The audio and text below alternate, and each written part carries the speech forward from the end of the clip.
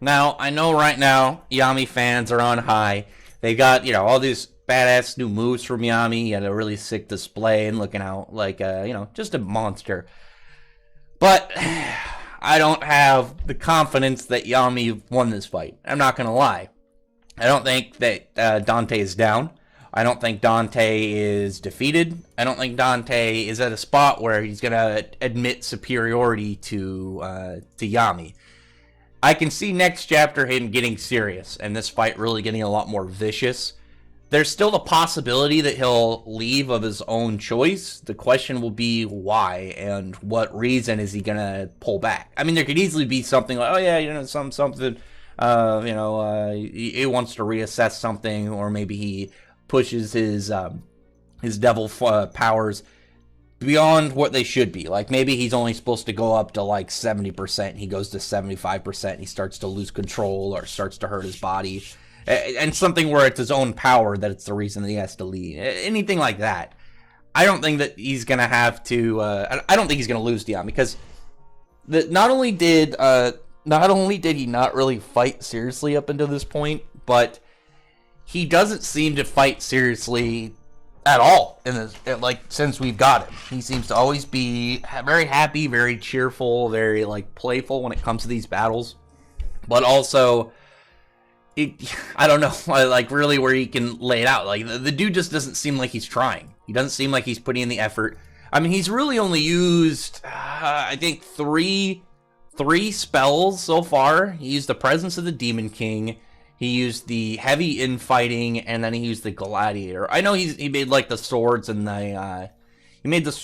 and the large rocks float, but that seemed more just generic, generic gravity manipulation. Because we know that outside of spells, they have just generic using their magic without it being a specific technique. I could see the swords being counted, but probably not the just picking up a rock and throwing it. But the dude, I don't know. If he hit him with a Dimension Slash, I could see it really being oh yeah, he might have to pull back because he got hit by a Hack's move that obviously would make sense of why it would actually do damage regardless of the gap between them. But it was just a dark magic enhanced move. What was this? Dark cloaked EI slash? I don't know how it's pronounced. I know that's the sword style where it's you draw your sword from the sheath and slash as fast as possible and then resheath. But I don't see it really doing anything considerable to Dante. I just see now him all right, I guess I gotta get serious. I'm about to actually put in the effort. And we'll probably see some badass spells with him too. Maybe I would actually really like to see just a large-scale gravity manipulation. I don't need anything fancy. I just want to see oh yeah, what's that over there? Why are those trees getting bigger? And then it's just I don't know, a straight mile-wide area of land being lifted up at all different heights, and him just getting ready to unleash.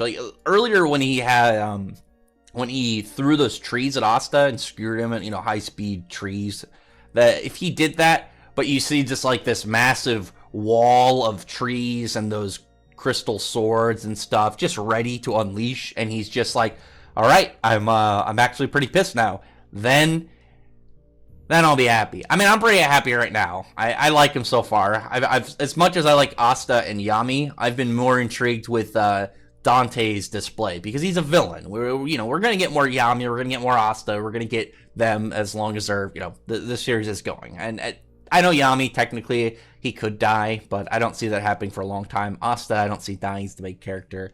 Very, very rare if that ever happens. Plus, it wouldn't happen until the very end, even if it did.